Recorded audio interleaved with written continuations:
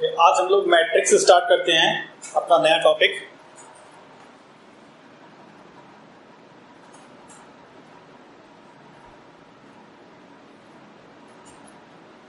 तो पहले समझते हैं मैट्रिक्स क्या होता है। मैट्रिक्स डेटा का अरेंजमेंट होता है in rows and columns and matrix can not be evaluated like determinant. अगर मैं एक एग्जाम्पल के थ्रू बात करता हूं, अगर मैं 3 स्टूडेंट्स हैं, राम, श्याम एंड घनश्याम,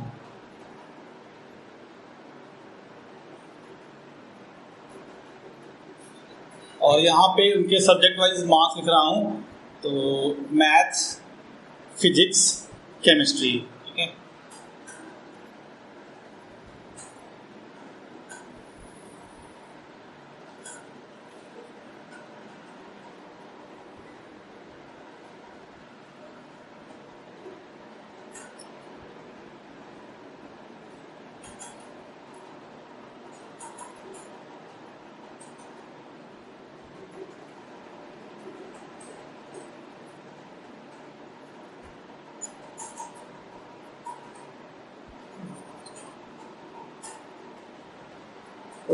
ये मैंने मार्क्स लिखे हैं, सपोज आउट ऑफ 60 मार्क्स लिखे हुए हैं तो 3 स्टूडेंट्स के, तो मैंने क्या किया है, एक इंफॉर्मेशन को रोज एंड कॉलम्स में अरेंज कर दिया है। तो इसका अगर मैं देखूं तो कॉलम कौन सी इंफॉर्मेशन दे रहा है, स्टूडेंट्स के नंबर डिफरेंट सब्जेक्ट्स में। रो क्या इंफॉर्मेशन दे रहा है, सब्जेक्ट के नंबर्स, सब्जेक्ट को डिनोट कर रहा है और उस सब्जेक्ट में इंडिविजुअल स्टूडेंट्स का क्या परफॉर्मेंस रहा है। तो रो जो है वो सब्जेक्ट को डिनोट कर रहा है और जो कॉलम है वो डिनोट कर रहा है स्टूडेंट को। तो हम लोगों को हर बार इससे कोई मतलब नहीं रहेगा कि वो किस इंफॉर्मेशन क्या डिनोट कर रहा है या वो कहाँ से आया है। हमको सिर्फ इंफॉर्मेशन को मैट्रिक्स के फॉर्म में रिक्वायर्ड रहेगा और हम लोग उसमें ही ऑपरेशंस करेंगे, उसमें ही ऑपरेटर्स का यूज करेंगे। तो जैसे अगर मुझे इसको मैट्रिक्स फॉर्म में लिखना है तो ऑलरेडी ये, जैसे मैंने स्क्वायर ब्रैकेट्स के अंदर लिखा है तो ये मैट्रिक्स फॉर्म में लिखा हुआ है। इसको ऐसे भी लिख सकते हैं कभी कभी कि इस वाले ब्रैकेट के अंदर भी, पैरेंथेसिस के अंदर भी लिख सकते हैं। तो ये भी मैट्रिक्स लिखा हुआ है 52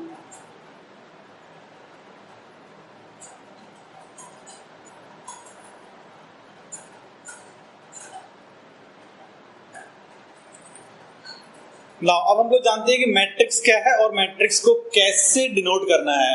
मैट्रिक्स को डिनोट करने के लिए यूजुअली हम लोग इस तरह के ब्रैकेट का यूज करेंगे, पैरेंथेसिस का, या स्क्वायर ब्रैकेट का यूज करेंगे। अब हम लोगों को देखना है कि मैट्रिक्स में ये जो नंबर्स लिखे हैं इनको हम लोग बोलते हैं एलिमेंट्स। अब ये जरूरी नहीं कि नंबर्स ही लिखे होंगे, तो किसी का नाम भी हो सकते हैं, कॉम्प्लेक्स नंबर भी हो सकता है, इनफैक्ट कुछ भी हो सकता है इसके अंदर। मैट्रिक्स क्या है, मैंने बोला सिर्फ एक इंफॉर्मेशन होता है, तो इंफॉर्मेशन कुछ भी हो सकता है, जरूरी नहीं कि वो नंबर हो। यूजुअली हम लोग मैथमेटिकल टर्म्स में बात करेंगे तो नंबर के साथ डील करेंगे। तो ये जो एलिमेंट्स हैं, तो इस एलिमेंट को हम लोग बोलते हैं, ये क्या है, किस रो को बिलोंग कर रहा है, रो 1 को, एंड किस कॉलम को बिलोंग कर रहा है, कॉलम 1 को। ये वाला एलिमेंट रो 1 को एंड कॉलम 2 को। तो यूजुअली हम लोग क्या करते हैं, इनको एक शॉर्ट फॉर्म में लिखने के लिए पूरे मैट्रिक्स को ऐसे लिखते हैं कि लेट, इस मैट्रिक्स का नाम है ए, तो इसको ऐसे लिख देते हैं A-I-J। ये जो लिखा है A-I-J, अब A-I-J क्या है, ये एलिमेंट है A-I-J। कौन सा एलिमेंट है A-I-J, जो ith row and jth column को बिलोंग कर रहा होगा। ith row and jth column को बिलोंग कर रहा होगा। अब यहाँ पे कितने एलिमेंट्स हैं ये कैसे डिसाइड करेंगे, वो टोटल यहाँ पे 9 एलिमेंट्स हैं, लेकिन 9 एलिमेंट्स किस तरीके से अरेंज हैं आप देखेंगे, वो 3 रो एंड 3 कॉलम में अरेंज हैं। तो मैट्रिक्स का एक इंपॉर्टेंट टर्म होता है जिसको बोलते हैं ऑर्डर। ऑर्डर क्या होता है, number of rose cross number of columns, और उसको हम लोग लिखते हैं हमेशा मैट्रिक्स के साथ में। तो इस मैट्रिक्स को अगर मुझे लिखना है तो इस तरीके से लिखूंगा, इस मैट्रिक्स को एक शॉर्ट फॉर्म में ऐसे लिखूंगा, this is the matrix A-I-J 3x3। Number of रोज, जो पहला वाला है उसको बोलते हैं नंबर ऑफ रोज, जो दूसरा वाला लिखा है उसको बोलते हैं नंबर ऑफ कॉलम्स। तो 3x3 मतलब इसमें 3 रो हैं एंड 3 कॉलम हैं। क्लियर थी बात। अब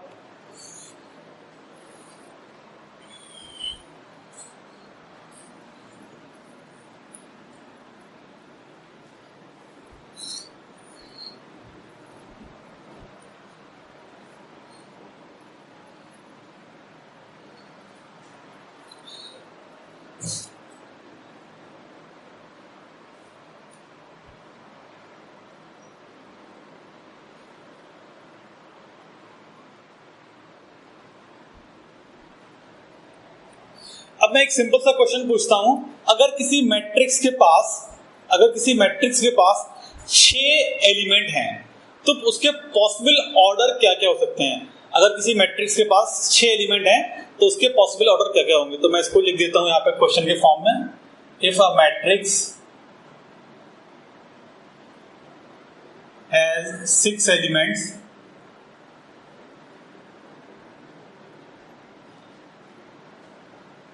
what are the possible orders?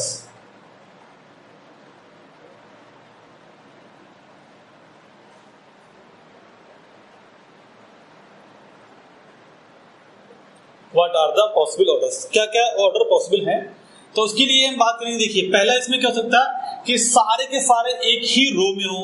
तो एक ही रो में होने का मतलब क्या होगा? नंबर ऑफ रोज एक है तो कॉलम्स कितने होंगे वहां पे? 8, क्योंकि 8 एलिमेंट्स हैं। अगर ऐसे हम लोग काउंट करेंगे तो 1 क्रॉस 8, ये एक पॉसिबल ऑर्डर है। और आप देख सकते हैं हमेशा रो इनटू कॉलम वो टोटल नंबर ऑफ एलिमेंट दे देगा। यहाँ पे 1 into 8 मतलब 1 into 6 लिखेंगे क्योंकि यहाँ पे 6 एलिमेंट लिए हैं मैंने। अगर मैं बात करता हूँ 2 रोज बनाएंगे तो हर एक रो में कितने एलिमेंट होंगे? 3, 2 क्रॉस 3। अगर मैं 3 रो बनाऊंगा तो हर एक में 4 रो पॉसिबल नहीं हो पाएंगे क्योंकि 1.5 एलिमेंट नहीं हो पाएगा। इसके बाद जो नेक्स्ट पॉसिबल होगा 5 भी नहीं हो पाएगा, सिंपली 6 होगा। तो 6 क्रॉस 1, ये 4 ही ऑर्डर केवल पॉसिबल होंगे अगर किसी में 6 एलिमेंट हैं। और इनफैक्ट अगर आप देखेंगे तो वो कुछ ऐसा बनेगा। पहला वाला जो बनेगा, अगर मैं उसको लिखूंगा तो ये होगा A11, A12, A13, A14, A15, A16। आप देख सकते हैं जो फर्स्ट वाला है वो क्या डिनोट करता है? सब में 1 1 1 लिखा है, मतलब इसमें एक ही रो है। और सेकंड जो है वो चेंज हो रहा है 1 2 3 4 5 6, तो ये क्या है? कॉलम। तो यहाँ पे एक ही रो है एंड 6 कॉलम है। तो ये वाला एक पॉसिबिलिटी। इसी तरह अगर हम चाहें इसको ऐसे ब्रेक कर सकते हैं कि अगर लिख दूं मैं A11, A12, A13, A21, A22, A23, तो ये वाला कौन सा केस बनाया मैंने? ये वाला है। 3 2 में क्या होगा? 3 रो मतलब A11, A12, A21, A22, A31, A32, देख सकते हैं ये पॉसिबिलिटी है। एंड लास्ट पॉसिबिलिटी अगर जो देखेंगे तो वहां पे 6 क्रॉस 1 मतलब ऐसा आ जाएगा कि A11, A21, क्योंकि यहाँ पे क्या रोज चेंज, ये पहला रो ये दूसरा रो, and A31, A41, A51, A61। ये 4 बेसिक तरीके हैं। अगर किसी भी मैट्रिक्स में 6 एलिमेंट है तो उनको रिप्रेजेंट करने के सिर्फ ये 4 ही तरीके होंगे, इसके अलावा और कोई पॉसिबिलिटी हो ही नहीं सकती है। ठीक है,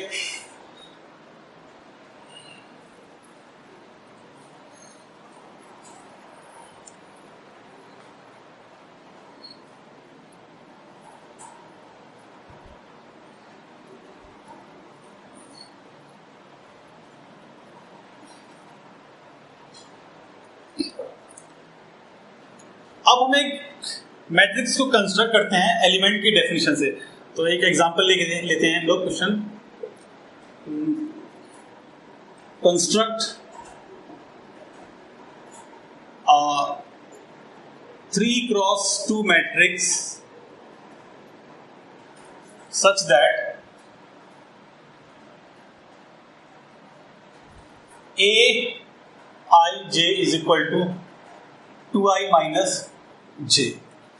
तो ये एलिमेंट का डेफिनेशन दिया हुआ है और एलिमेंट की डेफिनेशन का यूज करके हमको क्या करना है?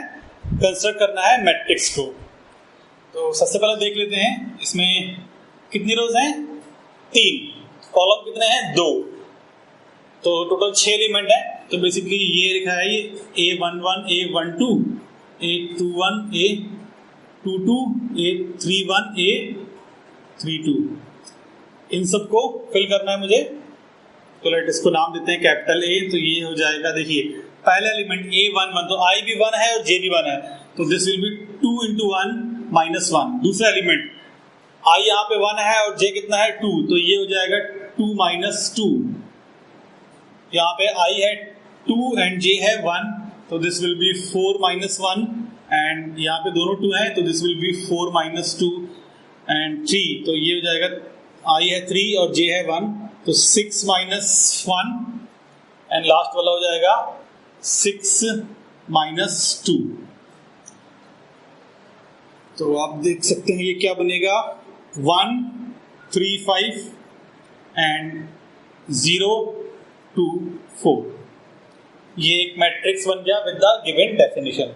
तो ये था बेसिक कि मैट्रिक्स होता क्या है, एलिमेंट्स क्या होते हैं, ऑर्डर क्या होता है। इसका ऑर्डर क्या है इस मैट्रिक्स का क्लियरली यहाँ पे लिखा हुआ है, ऑर्डर देके ही 3 क्रॉस 2। यहाँ पे नंबर ऑफ रोज 3 है एंड नंबर ऑफ कॉलम्स 2 है।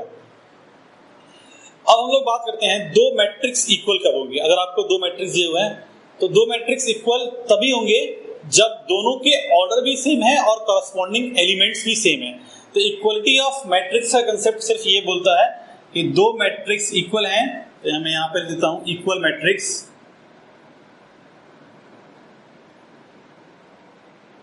दो मैट्रिक्स इक्वल हैं अगर दोनों के rows and columns, number of rows and number of columns are same and corresponding elements are same. तो ऑर्डर भी सेम होना चाहिए और करस्पॉन्डिंग एलिमेंट्स भी सेम होने चाहिए। तो इक्वल मैट्रिक्स का मतलब हो जाएगा same order with same corresponding elements.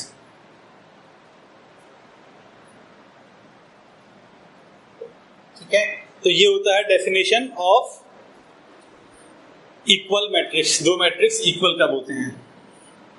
अब हम लोगों को मैट्रिक्स की बहुत सारे नेमिंग कन्वेंशन हैं, उनको आपको याद रखना है सच, क्योंकि एग्जाम में उनके नाम के साथ ही उनको डिनोट किया जाएगा।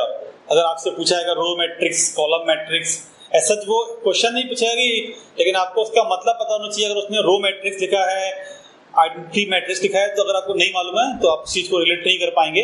तो अब मैं कुछ मैट्रिक्स के जो बेसिक डेफिनेशन है, जो बेसिक टाइप ऑफ मैट्रिक्स है, उनको लिखूंगा और एक एक करके आप उसको याद करते हुए चलेंगे। इसमें एक क्वेश्चन प्रैक्टिस कर लेते हैं।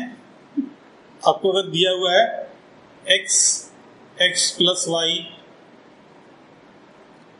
z plus w, this is equal to 1 5 6 7 और आपको x y z w निकालना है। तो यहाँ पे सिंपली क्या होगा, x will be equal to 1, x plus y equal to 5 and z equal to 6 and z plus w will be equal to 7। तो यहाँ से आप बोल सकते हैं y विल बी 4 एंड यहाँ से आप बोल सकते हैं w विल बी 1। ठीक है, तो इस तरीके से हम लोग इक्वलिटी का कंसेप्ट देखते हैं इसमें। ओके, अब इसमें एक एक करके डेफिनेशन लिखते हुए चलते हैं। सबसे पहला होता है रो मैट्रिक्स क्या होता है।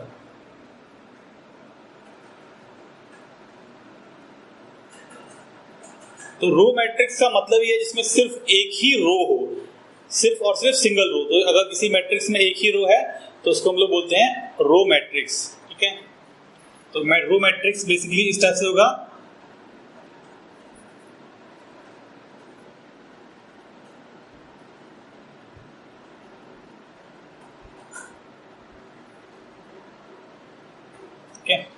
ये n एलिमेंट्स लिखे हैं मैंने इसमें, तो इसका ऑर्डर क्या है 1 क्रॉस n। तो ओनली एक सिंगल रो, तो उसका नाम हो जाएगा रो मैट्रिक्स। ठीक है, इसी तरह एक और होता है कॉलम मैट्रिक्स।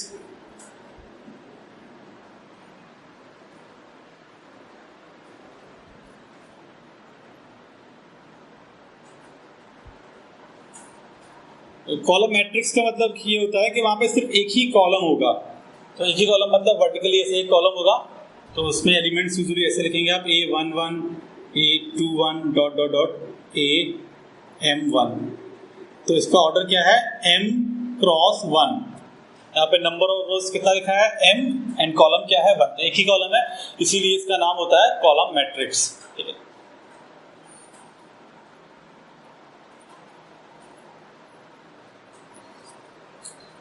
थर्ड देख लीजिए। आपको फर्स्ट ये हो गया, सेकंड ये हो गया, थर्ड देख लेते हैं स्क्वायर मैट्रिक्स क्या होता है।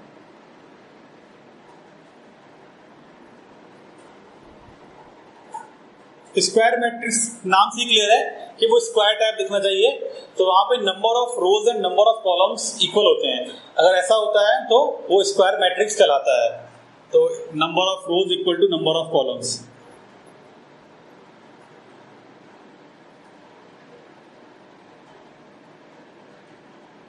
ठीक है, अगर मैं 2 क्रॉस 2 का स्क्वायर मैट्रिक्स लिखूंगा तो वो देखने में कुछ इस टाइप का बनेगा।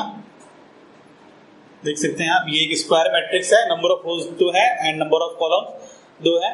तो यूजुअली यहाँ पे हम लोग बोलेंगे कि number of rows and number of column same होते हैं, तो कभी कभी इसको इन शॉर्ट ऐसे भी बोल सकते हैं कि square matrix of order 2। Ideally इसको 2 क्रॉस 2 बोलना चाहिए, लेकिन जब हम बोल रहे हैं स्क्वायर मैट्रिक्स ऑफ ऑर्डर 2 तो इसका मतलब वहां पे 2 रो एंड 2 कॉलम होगी। ठीक है, अब स्क्वायर मैट्रिक्स के अंदर ही बहुत सारी सब कैटेगरी है, उसको हम लोग देखेंगे। जैसे बात करते हैं एक डायगोनल मैट्रिक्स का। स्क्वायर मैट्रिक्स के अंदर आपको एक चीज और याद रखनी है कि ये जो डायगोनल होता है ये वाला, इसको हम लोग बोलते हैं मेन डायगोनल या प्रिंसिपल डायगोनल। ये वाला जो डायगोनल आता है इसको बोलते हैं मेन डायगोनल या प्रिंसिपल डायगोनल।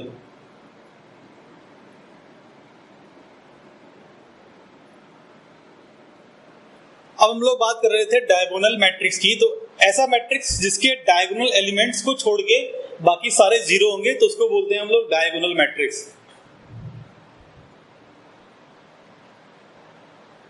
डायगोनल मैट्रिक्स,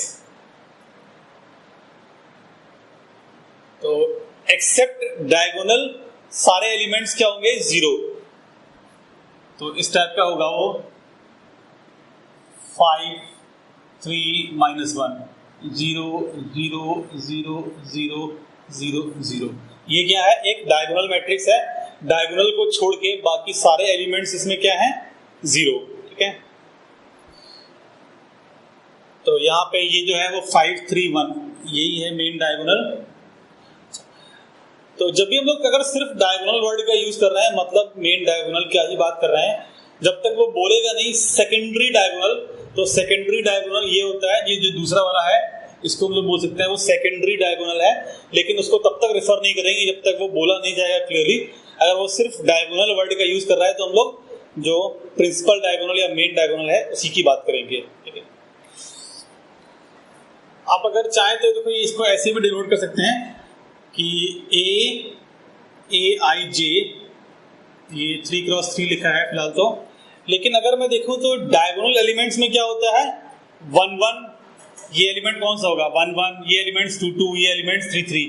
तो अगर n क्रॉस n का एक स्क्वायर मैट्रिक्स लिखा है तो उसमें n डायगोनल एलिमेंट्स होंगे और उसके अलावा बाकी सारे जीरो होंगे। तो डायगोनल एलिमेंट्स में एक खास बात क्या है कि सारे के सारे डायगोनल एलिमेंट्स में i और j की वैल्यू इक्वल है।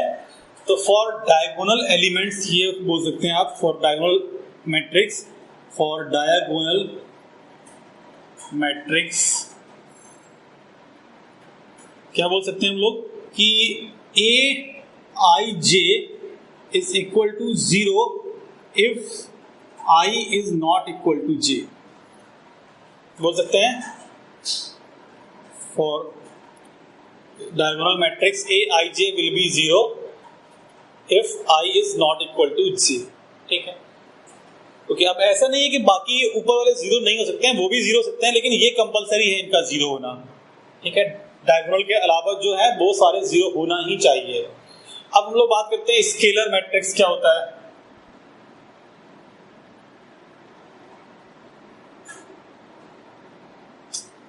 तो अगर डायगोनल मैट्रिक्स के अंदर ही सारे के सारे डायगोनल एलिमेंट्स की वैल्यू सेम है, जैसे यहाँ पे 5 लिखा था तो ये भी 5 हो जाए, ये भी 5 हो जाए, तो उसको हम लोग बोलेंगे वो एक स्केलर मैट्रिक्स है। स्केलर मैट्रिक्स का मतलब हो जाएगा सारे एलिमेंट्स सेम होंगे ऑफ डायगोनल।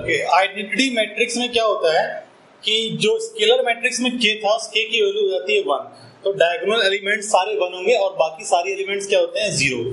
तो आइडेंटिटी मैट्रिक्स को डिनोट करते हैं हम लोग I से। तो अगर मैं एक ऑर्डर 3 क्रॉस 3 का आइडेंटिटी मैट्रिक्स लिखना चाहता हूं तो वो कुछ लिखने में ऐसा लगेगा। ठीक है, तो इनफैक्ट यहाँ पर एक और कॉमन नोटेशन का यूज किया जाता है। जैसे अगर मैं I2 लिखता हूं, इसका मतलब वो ऑर्डर 2 का एक आइडेंटिटी मैट्रिक्स है। I3 मतलब ऑर्डर 3 का मैट्रिक्स है एंड IN का मतलब क्या होता है, ऑर्डर n का ऑर्डर n का आइडेंटिटी मैट्रिक्स है। नेक्स्ट डेफिनेशन देखते हैं, ट्रायंगुलर मैट्रिक्स क्या होता है।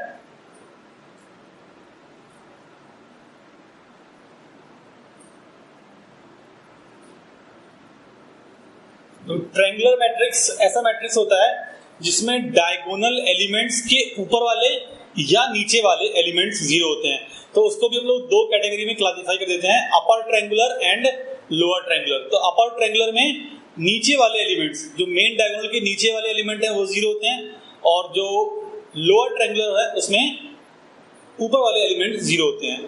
तो यहाँ पे मैं देखूँ, अगर ये एलिमेंट बना रहा हूँ 1 2 5 3 2 1 0 0 एंड 0, तो इसमें ये जो डायगोनल है उसके नीचे वाले सारे एलिमेंट्स क्या हैं, जीरो। तो ये अपर ट्रायंगुलर मैट्रिक्स है, दिस इज अपर ट्रायंगुलर।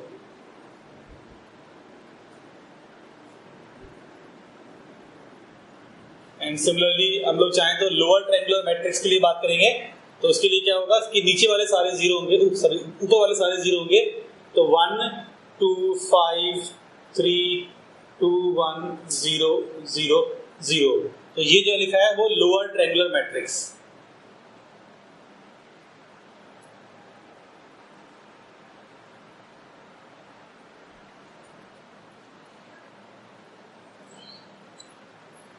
तो इसमें ये वाले सारे एलिमेंट क्या हैं, जीरो,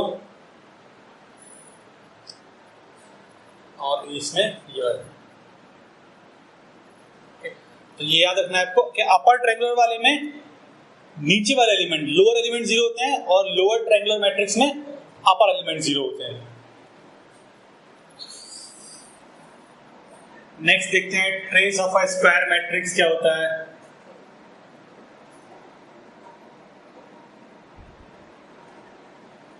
स्क्वायर मैट्रिक्स में डायगोनल एलिमेंट्स का सम, उसको बोलते हैं trace of a matrix.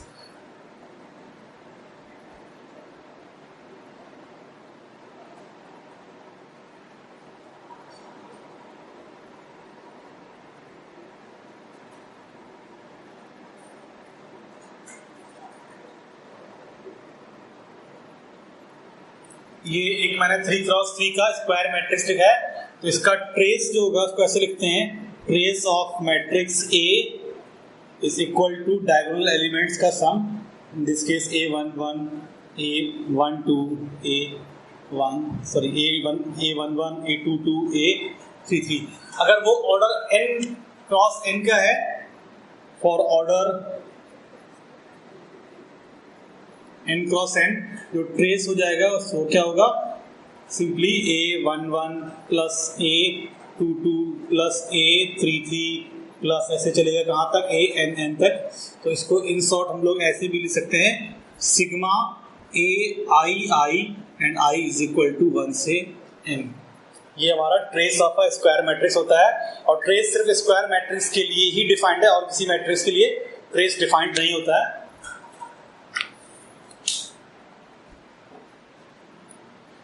Okay, next इसमें देखते हैं नल मैट्रिक्स क्या होता है।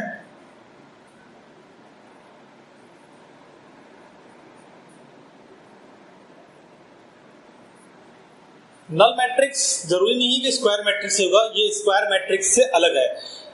ऐसा मैट्रिक्स जिसके सारे एलिमेंट जीरो हो, चाहे वो किसी भी ऑर्डर का हो, उसको बोलते हैं नल मैट्रिक्स। इसको डिनोट करते हैं हम लोग कैपिटल O से, ब्लॉक लेटर O से। तो null matrix simply all the elements are zero।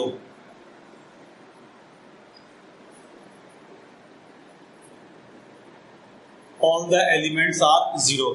तो यूजुअली अगर मैं लिखूं null matrix of order O of 2 cross 3, तो ये ऐसे होगा 0 0, नंबर ऑफ रोज 2 है एंड कॉलम 3 है, नंबर ऑफ रोज 2, एक रो, दो रो एंड 3 कॉलम है। तो वो इस टाइप से बन जाएगा, सारे एलिमेंट्स क्या हैं इसके, जीरो। ठीक है, नेक्स्ट देखते हैं determinant of A square matrix.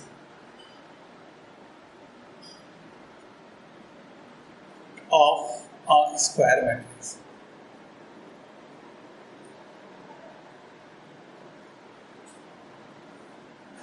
तो अगर हमारे पास कोई स्क्वायर मैट्रिक्स दिया हुआ है A, सपोज मैं 2 क्रॉस 2 बना रहा हूँ, 2 3 5 7। तो डिटर्मिनेंट ऑफ ए को हम लोग ऐसे लिखते हैं, डिटर्मिनेंट ऑफ ए, और इसको ऐसे भी डिनोट करते हैं कभी कभी, दो बार्स के बीच में एक दिया डिटर्मिनेंट ऑफ ए। ये सिंपली क्या होगा, एलिमेंट्स का डिटर्मिनेंट 2 3 5 7। इनफैक्ट अब इसकी हम लोग वैल्यू चाहे तो कैलकुलेट कर सकते हैं डिटर्मिनेंट ऑफ ए की। तो इस केस में वो कितना हो जाएगा, 14 minus 15, this is equal to -1। ठीक है, this is determinant of a square matrix. और सिर्फ स्क्वायर मैट्रिक्स के लिए ही डिटर्मिनेंट का कंसेप्ट होगा, और किसी मैट्रिक्स के लिए डिटर्मिनेंट नहीं होगा। हम लोग डिटर्मिनेंट को पढ़ भी चुके हैं, तो हमको मालूम है कि डिटर्मिनेंट में क्या होता है, number of rows and number of columns equal होते हैं। तो वो तभी पॉसिबल है जब मैट्रिक्स कैसा होगा, स्क्वायर मैट्रिक्स। ठीक है, अब अगर determinant of a matrix is 0, then it is called singular. अगर determinant of a matrix is 0, then it is called singular matrix. और अगर डिटर्मिनेंट 0 नहीं है, then it is called non singular matrix. तो मैं यहीं पे इसको लिख देता हूं, if determinant of A equal to 0, then A is singular matrix.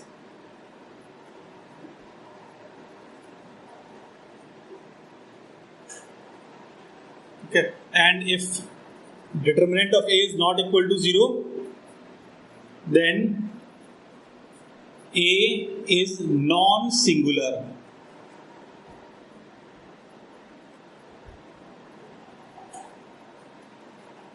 Non-singular matrix। ये सारे टर्मिनोलॉजी आपको याद रखनी है। मैट्रिक्स में सबसे इंपॉर्टेंट चीज है, आपको ये नाम याद रहने चाहिए। अभी और भी नाम बाकी हैं इसमें। अब नेक्स्ट देखते हैं इसमें ट्रांसपोज ऑफ अ मैट्रिक्स क्या होता है।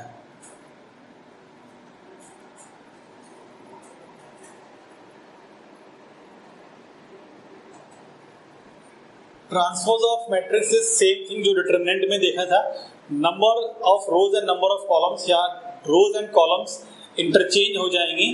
तो जो नया मैट्रिक्स बनेगा उसको बोलते हैं ट्रांसपोज। फॉर एग्जांपल, अगर मैं यहाँ पे एक मैट्रिक्स लिख रहा हूँ, A 1 2 3 4 5 6, तो जो इसका ऑर्डर है वो 2 क्रॉस 3। तो जो इसका ट्रांसपोज होगा उसको डिनोट करते हैं ऐसे, A ऊपर T A T, एंड इसका जो ऑर्डर होगा वो चेंज हो जाएगा, वो 3 क्रॉस 2 हो जाएगा, क्योंकि अब रो जो है वो कॉलम बन जाएगा एंड जो कॉलम है वो रोज बन जाएंगे। तो यहाँ पे नंबर ऑफ कॉलम्स 2 बचे हैं एंड नंबर ऑफ रोज क्या हो गया, 3। तो ऑर्डर अपना क्या होता है, number of rose cross number of columns. तो अगर गिवन डिटरमिनेंट है, उसका ऑर्डर है 2 क्रॉस 3, तो आफ्टर द ट्रांसपोज उसका ऑर्डर हो जाएगा 3 क्रॉस 2। स्क्वायर मैट्रिक्स में क्या होगा, ऑर्डर चेंज नहीं होगा, क्योंकि अगर वो, मैं एक स्क्वायर मैट्रिक्स लेता हूँ, सपोज B कोई स्क्वायर मैट्रिक्स है, 1 2 3 -1 0 5 6 7 8। अगर मैं इसका ट्रांसपोज लेता भी हूँ B ट्रांसपोज, तो उसका ऑर्डर भी 3 क्रॉस 3 ही रहने वाला है, क्योंकि इनका पोजीशन चेंज होगा, दोनों 3 ही थे, इसलिए कोई फर्क नहीं पड़ेगा ऑर्डर में। हाँ, लेकिन मैट्रिक्स रूल बदल जाएगा, उसके एलिमेंट्स चेंज हो जाएंगे। ये डिटरमिनेंट की तरह नहीं है कि ट्रांसपोज लेने पर भी डिटरमिनेंट सेम था, लेकिन यहाँ पर ऐसा नहीं होगा। आप ट्रांसपोज देंगे तो आपको जो मैट्रिक्स मिलेगा वो एक अलग मैट्रिक्स होगा, सेम एज मैट्रिक्स B नहीं होगा, या ओरिजिनल मैट्रिक्स की तरह नहीं होगा। तो इसमें ट्रांसपोज देने के बाद जो बनेगा वो बनेगा 1 -1 6 2 0 7 3 5 8। This is the transpose of a matrix. ठीक है,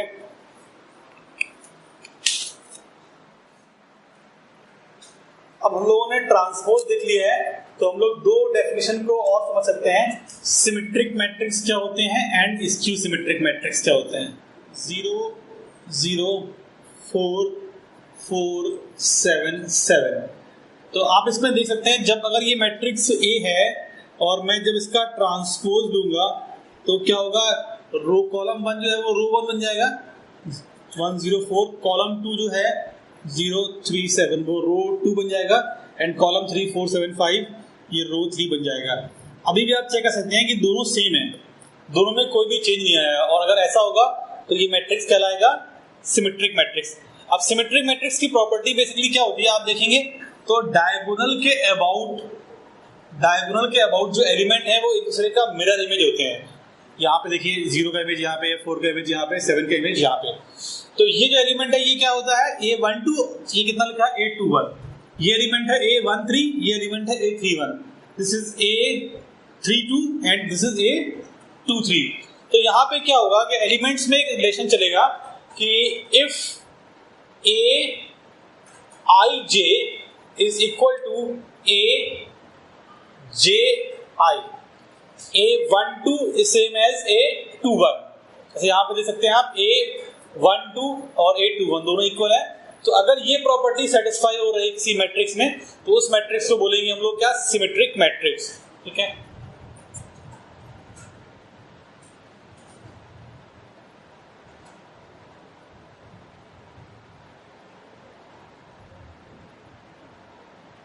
अब सिमेट्रिक मैट्रिक्स के बाद नेक्स्ट मैट्रिक्स जो आपको देखना है that is skew symmetric matrix.